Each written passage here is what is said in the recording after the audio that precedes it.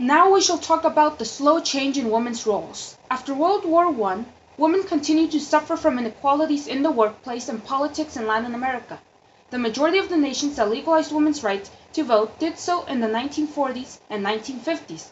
In the nations that did not legalize this right, the reasons were women's traditional associations with religion, specifically the Catholic Church, fear that women would become part of the conservative force, and the idea that women's main concern was the home and family.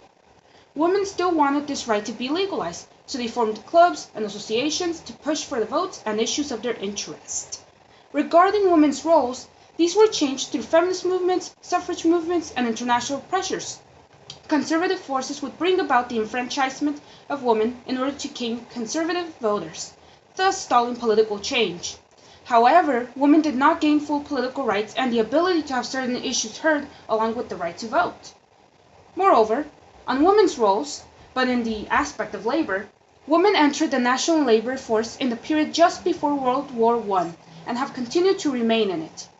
As women entered the industrial labor force, women's roles as mothers, homemakers, and agricultural workers were expanded upon. However, women suffered the injustice of being paid less than men for carrying out the exact same job as they did. So they joined anarchist, socialist, and other labor unions and organizations. The reality is that the shift in attitudes towards women's roles has come about more slowly than political and economic changes have.